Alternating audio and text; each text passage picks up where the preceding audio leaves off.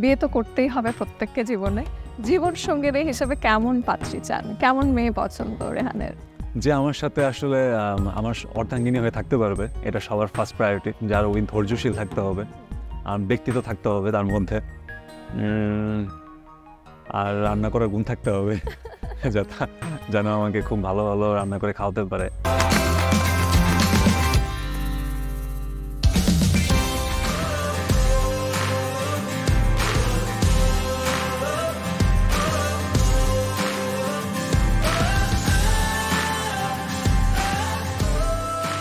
কেমন আছেন viral star? জি ভালো, আপনি কেমন আছেন? আমিও খুবই ভালো আছি, ভীষণ ভালো লাগছে। আরারাতে তো জিন হিসাবে দেখেছি, কিন্তু আমার সামনে এই যে সুদর্শন মানুষটা বসে আছে, আমার ভাবতেই খুব ভালো লাগছে। Thank you.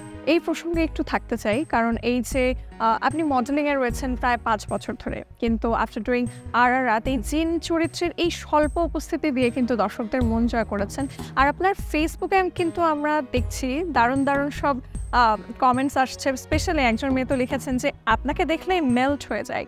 এই যে এ ধরনের মন্তব্য আসছে, কিভাবে দেখেন, কেমন লাগে? ভালোই লাগে। স্টার্টিংয়ের পর্ব থেকে আসলে মানুষের পজিটিভ কমেন্ট, এই টাইপের একটা অ্যাপ্রিসিয়েশন পাওয়া, এটা আমার জন্য আসলে অনেক। বাট ভালো, দিস ইজ মানে গুড। আপনাকে যদি আপনার সৌন্দর্যকে একটা বাক্যে বিশ্লেষণ করতে বলি, কি বলবেন? আল্লাহর বানানো সবকিছু সুন্দর।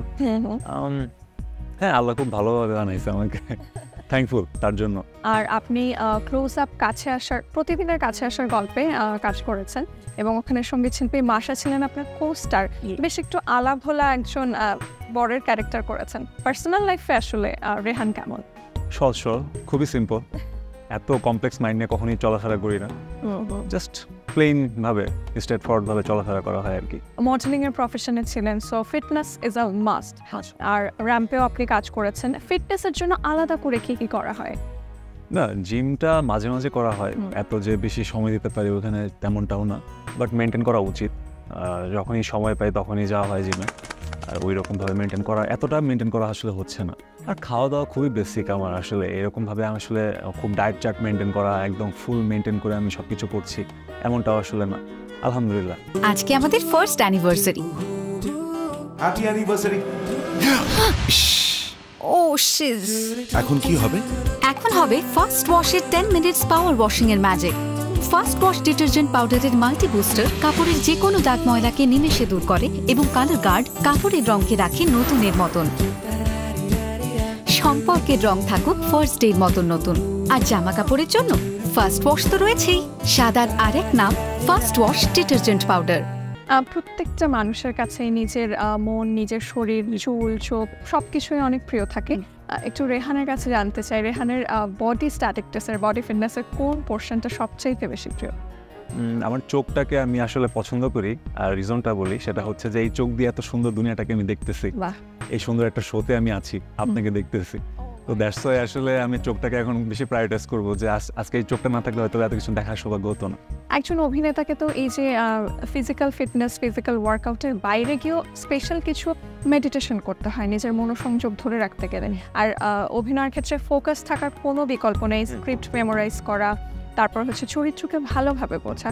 ওই সময়গুলো কেমন কাটে আপনার? কিভাবে নিজেকে প্রস্তুত করেন এক একটা চরিত্র? আমি আসলে আলাপ নিয়ে বলতেছি, এটা নিয়ে বলি যদি, তাহলে ভিকি ভাই আমাকে এই স্ক্রিপ্টটা দেয় যখন, তখন আমাকে বলে যে এরকম একটা ক্যারেক্টার হচ্ছে, যে ক্যারেক্টারের চোখ সাফেল করা যাবে না, একদম স্ট্রেট থাকতে হবে, ডমিনেট ক্যারেক্টার থাকতে হবে, একদম সিম্পলভাবে এগুলো বলে দেয়।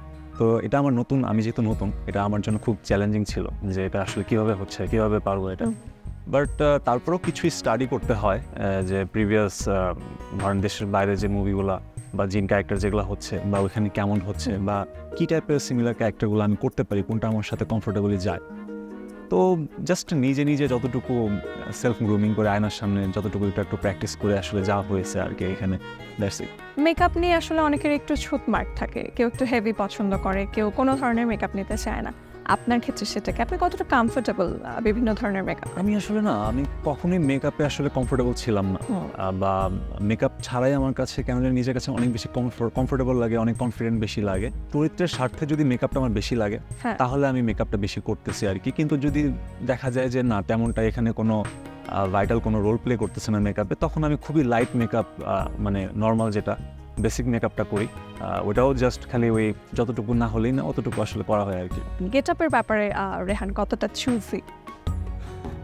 এইটাতে আমি যেভাবে কমফোর্টেবল আমি ফিল করি নিজেকে, যে যদি বলেন যে আমি বাসায় কি পড়তেছি বা কোথাও যাওয়ার সময় বা রেগুলার আমি ডেইলি লাইফ স্টাইলে কী পড়তেছি, আমি সব থেকে বেশি কমফোর্টেবল যেটা বা যেটা আমার ফিটেড হয়, খুবই সিম্পল কাপড় যেগুলো সুতির মধ্যে যেগুলো হয় ওগুলো আমি পরি। এতটা আসলে খুব ওয়েল ব্যালেন্সড, এত ফিটফাট করাটা সবসময় আমি। কি তাহলে এমন হয়েছে যে বাইরে বেরোতে হবে খুব দ্রুততম সময়ে এবং ইটস আ ভাইটাল মিটিং, তো সামনে যা পরে আছে এটা পরেই বেরিয়ে গেছেন?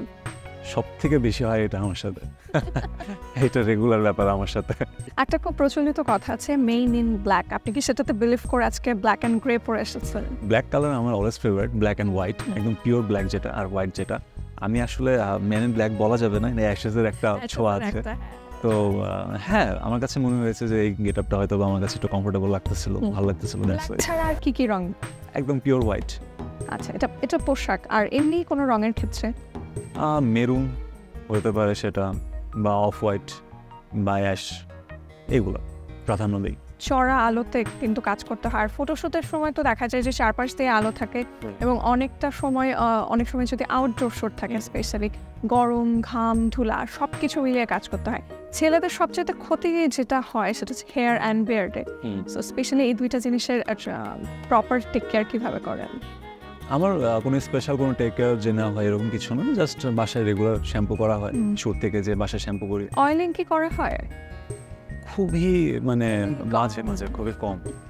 মডেল হতে গেলে কি সুদর্শন হওয়াটাই মুখ্য, নাকি সেখানে ব্যক্তিত্ব থাকাটা মোস্ট ইম্পর্টেন্ট? দুটাই, আর সাথে অনেক কিছু দরকার এটার সাথে। ধৈর্যশীল হতে হবে আপনার, আর ব্যক্তিত্বটা অনেক ইম্পর্টেন্ট এখানে। সবার আগে আমি প্রায়োরিটিটা দিব। দেন পশ্চার ঠিক থাকতে হবে, হাইটও এটা ইম্পর্টেন্ট। আবার সব ক্ষেত্রে সব মডেলিং সেক্টরে তো হাইট ইম্পর্টেন্ট না। ধরুন আপনি র্যাম্প শো করতে যাচ্ছেন, সেখানে আপনার হাইটটা একটু ইম্পর্টেন্ট। আর ফটোশুটে আবার একটু এদিক ওদিক হলে ওটা ব্যালেন্স হয়ে যায়। তো আর কি। তো যখন রেহানকে নিয়ে একটু সমালোচনা হয়, অনেকে বাঁকা কথা বলেন, সেটা আপনি কিভাবে হ্যান্ডেল করেন সোশ্যাল মিডিয়া এবং সোশ্যাল মিডিয়ার বাইরেও? হ্যাঁ, বাঁকা কথাগুলো আসলে শুনতে খুব বাঁকাই লাগে। এটা খুবই একটা আনকমফোর্টেবল একটা সিচুয়েশন আমার জন্য। কিন্তু এখন এখন রিসেন্ট যেটা সিস্টেমটা হয়েছে যে মিডিয়ার মানুষদেরকে নিয়ে অনেক মানুষের একটা নেগেটিভিটি পজিটিভনেস থাকে এখানে। সো এখন আসলে নেগেটিভিটি নিয়ে পড়ে থেকে আসলে লাভ নেই। এটা আসলে এটার সাথে কোপ আপ করতে হবে, অ্যাডজাস্ট করাটা আসলে শ্রেয়। এখন আসলে সেটাই করছি।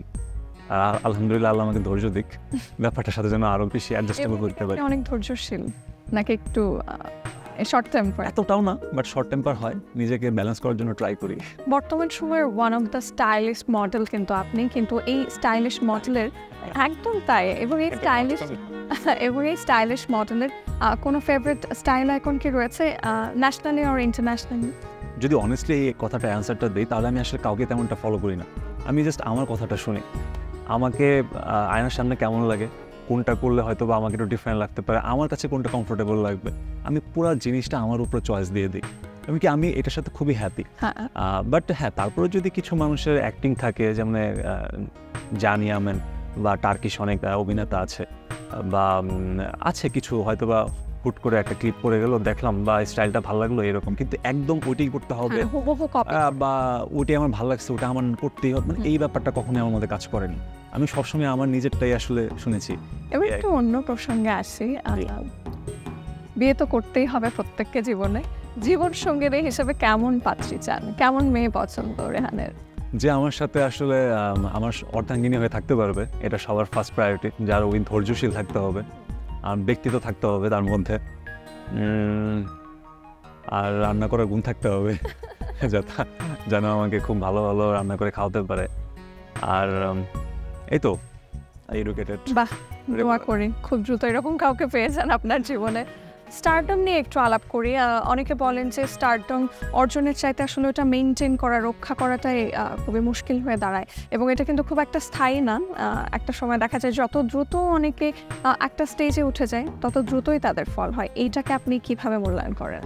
এইটা যদি আপনি এটা আপনার দিক থেকে হয়তো আপনি আমাকে বলছেন যে আমি স্টারডমে আছি বা ব্যাপারটা এরকম, আমার দিক থেকে আমার কাছে সব কিছু সিম্পলি লাগতেছে, যে আগেটা যেমনটা ছিল, আমি রেগুলার ওয়েতে ঘুম থেকে উঠতেছি, কাজ করতেছি আগে যেমনটা আমি করতাম, কিন্তু কখনো আসলে এরকম কিছু একটা ফিল করবো বা স্টারডম হয়ে গিয়েছে বা ব্যাপারটা এরকম। কিন্তু হ্যাঁ, এখন আমার কাছে মনে হচ্ছে ডে বাই ডে আমার মধ্যে রেসপন্সিবিলিটি ব্যাপারটা বাড়তেছে, কারণ অনেক মানুষ আমাকে দেখতেছে, তাদের মধ্যে একটা এক্সপেকটেশন আছে আমাকে নিয়ে যে তারপরে কি, ওটার পরে কি। সো নিজের কাছে আসলে অনেক বড় একটা চ্যালেঞ্জ মনে হচ্ছে। সো এই জায়গাটা আসলে উইন করাটাই আসলে অনেক বড় একটা ব্যাপার। সো একটু ভয়ে আছি, উপরে আল্লাহ আছে, এখন জানি না কী হবে, বাট ইনশাল্লাহ আমি চাইবো যে ব্যাপারটা যেন অ্যাডজাস্ট করতে পারি আর সবার মনে যেন পজিটিভ ওয়েতে যেন বিচরণ করতে পারি। আর অবশ্যই মানুষের সাপোর্টটা চাবো, যারা আমাকে আসলে ফলো করতেছে বা যারা আমার অ্যাকচুয়ালি ওয়েল উইশার, তাদের থেকে অলওয়েজ সাপোর্ট চাবো, আমার যেন দোয়া করে যাতে আমি ব্যাপারটা মেনটেন করে রাখতে পারি আর কি। একদম তাই। আর আমরা চলে এসেছি আমাদের এই যে আড্ডা গল্প এর মাঝখানে আরেকটু এটাকে স্পাইস আপ করতে, মানে আমাদের আড্ডাটাকে আরেকটু স্পাইস আপ করবো এবার, কারণ এবার সময় র্যাপিড ফায়ারের।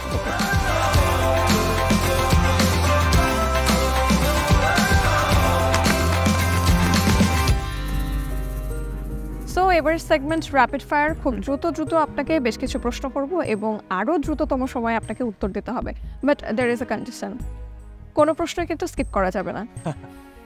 Let's try. Okay, let's try. Okay. টাঙ্গাইলের ছেলে আপনি, টাঙ্গাইলের ভাষায় প্রেম নিবেদন করুন। তো তোমাকে অনেকদিন যাবত দেখতেছি, খুব সুন্দর তুমি, ভালোবাসবে আমারে? ও, অনেকে বলেন আপনি পাকিস্তানি, আবার কেউ বলেন আপনি কাশ্মীরি, আপনার অনুভূতি কি? আমি বাংলাদেশি। বলিউড নায়ক হৃতিক রোশনকে আপনি ফলো করেন, সত্যি না মিথ্যা? মিথ্যা। যদি আপনাকে 1 কোটি টাকা দেয়া হয় কি করবেন? তাহলে তো 50% এটা আমার নিজের মন মতো দান করব কিছু জায়গায় খুব কমফোর্টেবলি, আর দেন কিছু ট্যুর ম্যানেজমেন্ট করতে হবে ঘোরাঘুরির প্রতি। বাহ। যদি এক্স গার্লফ্রেন্ড এসে এই মুহূর্তের সামনে দাঁড়ায়, তাকে কোন কথাটি বলবেন? সৌন্দর্য ফুটে উঠুক প্রতিটি মনে, সৌরভ ছড়িয়ে পড়ুক দিকে দিকে, ঐতিহ্যের আরেক নাম হোক আধুনিকতা, ঠিক যেমন স্যান্ডেলিনা, স্যান্ডেলিনা সোপ। আদরে গোলাপের চাদরে তুমি হৃদয়ে জুড়ে স্যান্ডেলিনা, স্যান্ডেলিনা সোপ, রূপচর্চায় আভিজাত্য। বলবো যে thank you for the lesson, আমার জন্য দোয়া করবা, আর তোমার জন্য দোয়া করলাম, ভালো থাকো লাইফে। ওকে। কখন কোথায় কবে শিশুদের মতো আনন্দ করেন? বাচ্চাকালের ফ্রেন্ডদের সাথে আমি যখন চলাফেরা করি আমার এলাকাতে, বা টাঙ্গাইলে যখন আমি যাই, বা আমার ইউনিভার্সিটি যখন ফ্রেন্ড সার্কেলে যখন একসাথে হয়, তখন আমার কাছে না খুব একটা ফান পার্ট লাগে। আমি খুব নিজেকে খুব রিয়েল ফিল করি ওদের সাথে, এমনকি খুব কমফোর্টেবলি ওদের সাথে কথাবার্তা বলে আড্ডা সুলভ মানে আচরণ করি, তখন একটা মানে ওই বাচ্চা সুলভ ব্যাপারটা এসে যায় আর কি। ধরুন আপনাকে বলিউডের কোনো সিনেমার রিমেকে অভিনয় করতে হবে, কোন সিনেমার চরিত্রটিকে বেছে নেবেন? শোলে। যদি নায়িকা পরিমণির সাথে সিনেমা বা সিরিজের অফার আসে, করবেন? হ্যাঁ, ভালো কন্টেন্ট হলে, ভালো স্ক্রিপ্ট হলে অবশ্যই করবো। আপনার সবচাইতে বড় শক্তি কি আর বড় দুর্বলতা কি? আমার সব থেকে রাইট নাও বড় শক্তিটা হলো আমার বাবা মা, আর আমার দুর্বলতাটা হলো আমি অল্পতেই মানুষকে ট্রাস্ট করি, আর এটার জন্য আমার অনেক প্রবলেম পড়তে হয়। আমি খুব পজিটিভ ভাইবস মানে এনার্জি টাইপের মানুষ, এর জন্য আমার অনেক কিছু নেগেটিভও ফেস করতে হয়। আপনার সাথে কথা বলে, আড্ডা দিয়ে, গল্প করে খুবই ভালো লাগলো, এবং চাই আপনি যতটা ইতিবাচক মানুষ এখন রয়েছেন, ফিউচারেও এমনটাই থাকবেন, আরও দারুণ সব কাজ করুন, মুগ্ধ করুন আমাদের সবাইকে। আর স্যান্ডেলিনার রূপকথা আসার জন্য অনেক ধন্যবাদ। আর আপনার জন্য স্যান্ডেলিনার পক্ষ থেকে রয়েছে একটা gift hamper. Oh, thank you so much. আপনাকেও ধন্যবাদ আমাকে এখানে ইনভাইট করার জন্য, আর ধন্যবাদ সবাইকে স্যান্ডেলিনা টিমের সাথে।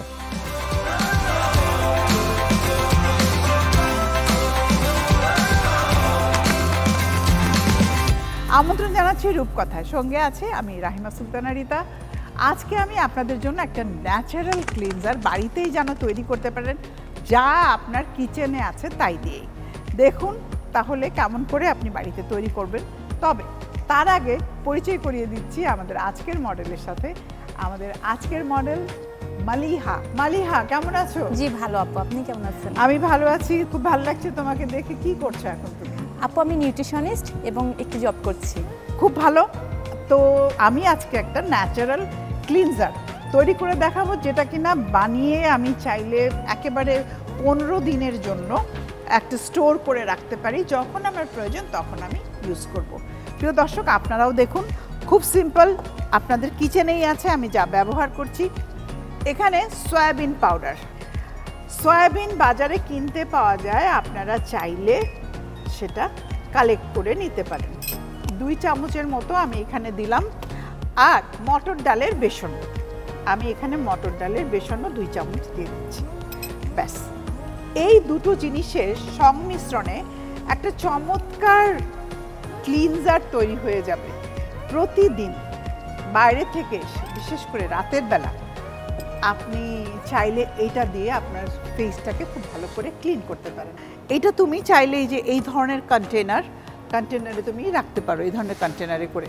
এরপর যেটা হবে, ওই কন্টেনার থেকে জাস্ট 1 টিস্পুন তুমি নিলে, আমি এইখানে এটা সুন্দর করে গুলিয়ে নিচ্ছি।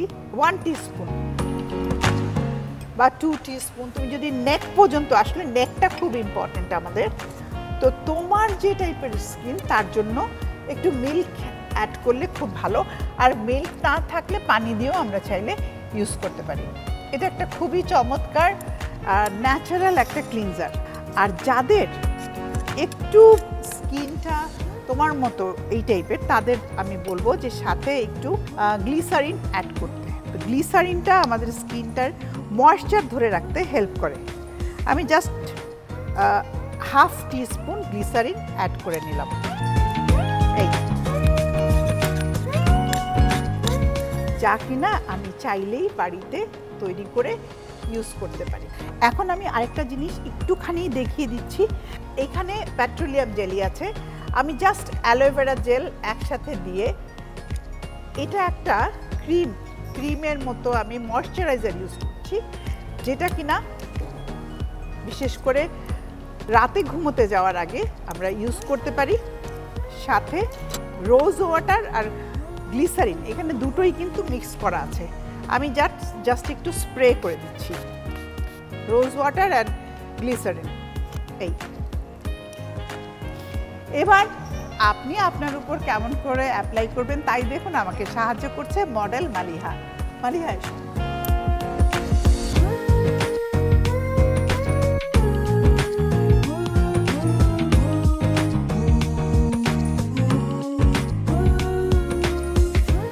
এখন অ্যাপ্লিকেশনটা কীভাবে করবেন, এটা খুব ইম্পর্ট্যান্ট। যে আমরা প্রোডাক্ট তৈরি করি বা প্রোডাক্ট থাকে, তো ব্যবহারটা যদি প্রপার ওয়েতে না হয় তাহলে কিন্তু খুব যে রেজাল্টটা আমরা চাই সেটা পাই না। আর এখানে যে প্রোডাক্টগুলো আমি ইউজ করেছি, সয়াবিনের মধ্যে একটা ন্যাচারাল অয়েল থাকে, আর বেসনের মধ্যে ক্লিনজিং প্রপার্টি অনেক বেশি। একটু সার্কুলার মোশনে এরকম করে ম্যাসাজ করে নিতে হবে। তুমি একটু ম্যাসাজ করো তো দেখি নিজেরটা নিজে। এইভাবে ঘুরিয়ে ঘুরিয়ে পুরো ফেসটা ম্যাসাজ করে নিতে হবে। তো এতে করে সান ট্যান থেকে শুরু করে আমাদের স্কিনে যে ডার্ক স্পট প্লাস আমাদের হোয়াইট হেডস, ব্ল্যাক হেডস, এগুলোও কিন্তু উঠে যায়। আমি একটু মুছে দিচ্ছি। এরপরে যেটা করতে হবে, একটু হালকা করে আমাদের ময়শ্চারাইজার লাগাতে হবে, যেইটা আমরা কিনা তৈরি করলাম এখন ময়শ্চারাইজার, সেটাও কিন্তু আমরা চাইলে ন্যাচারালি তৈরি করতে পারি। পেট্রোলিয়াম জেল, অ্যালোভেরা জেল, এগুলো দিয়ে চাইলে রোজ ওয়াটার মিক্স করে সুন্দর করে এইভাবে নিজের যত্নটা যদি তুমি নাও, তাহলে তোমার স্কিনটা অনেক ভালো থাকবে ন্যাচারাল উপকরণ দিয়ে। মালিহা, তোমার কেমন লাগছে ফিলিংসটা? আপু অনেক ভালো লাগছে, যেহেতু প্রাকৃতিক উপকরণ। অনেক অনেক ধন্যবাদ। যতই ব্যস্ত থাকুন না কেন, নিজেকে ভালোবাসুন, নিজের যত্ন নিন, দেখবেন আপনি অনেক সুস্থ এবং সুন্দর থাকবেন। দেখা হবে আবারও, ভালো থাকবেন।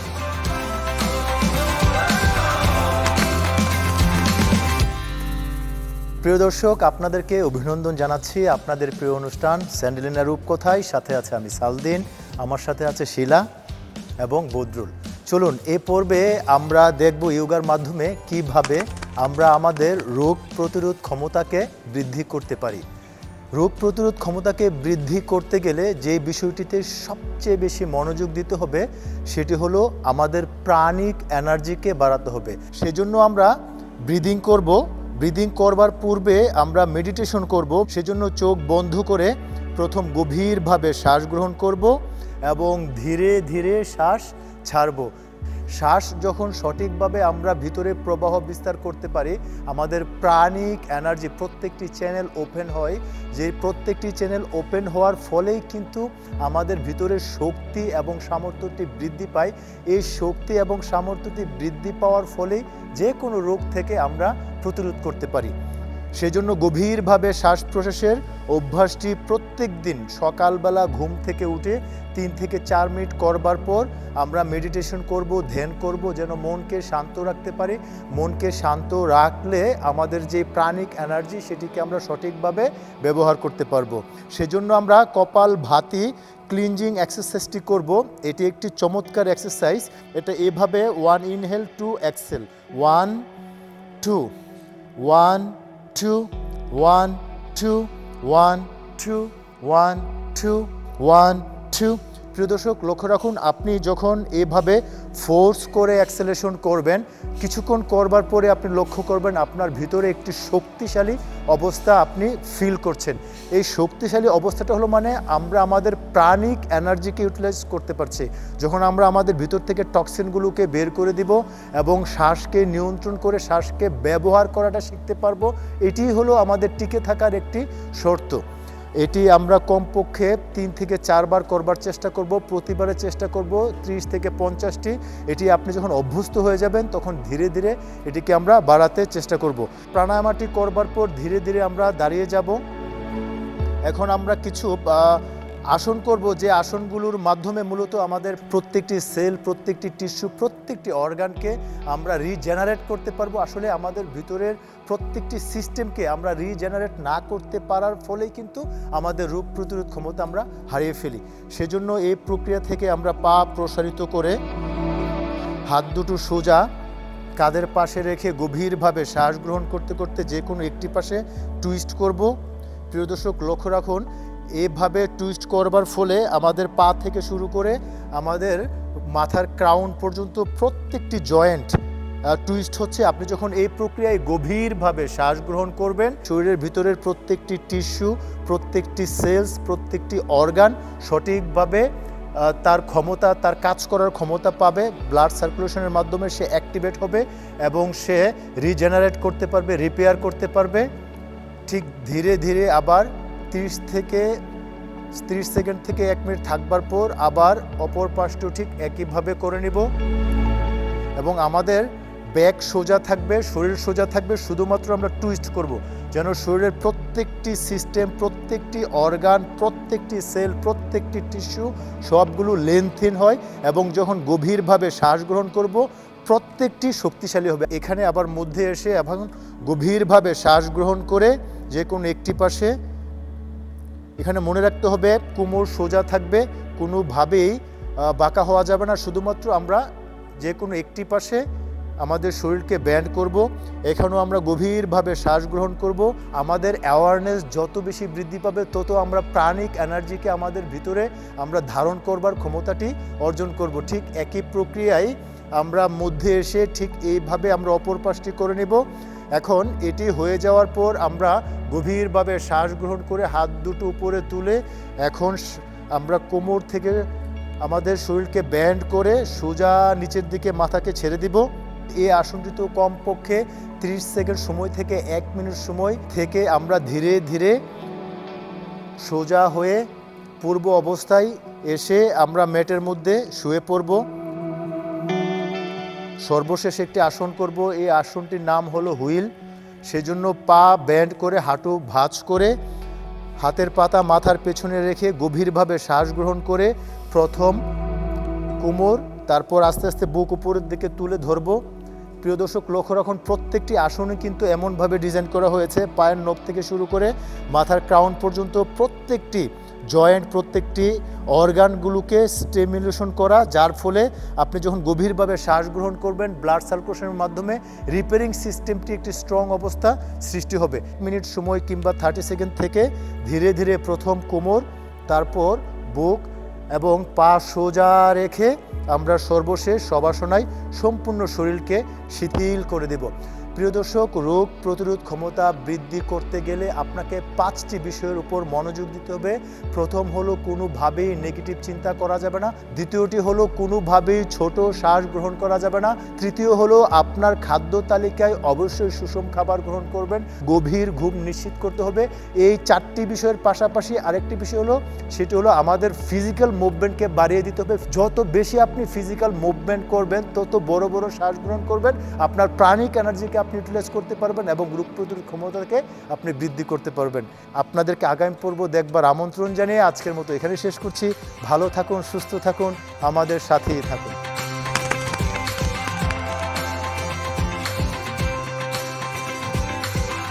প্রিয় দর্শক, এতক্ষণ পর্যন্ত আপনারা উপভোগ করলেন স্যান্ডেলিনা রূপকথা। বরাবরের মতোই আমি ইন্দ্রাণী এসেছিলাম আপনাদের সাথে। আজকেও আমরা প্রত্যেক পর্বের মতোই একজন তারকা অতিথির সাথে আড্ডা দিয়েছি এবং হয়েছে জম্পেশ র্যাপিড ফায়ার। দর্শক, আরও আপনাদের জন্য ছিল ইয়োগা এবং বিউটি টিপস। আগামী পর্ব দেখার আমন্ত্রণ জানিয়ে আজকের মতো আমি বিদায় নিচ্ছি। সে পর্যন্ত সবাই ভালো থাকুন, সুস্থ থাকুন, মাছরাঙা টেলিভিশনের সাথেই থাকুন।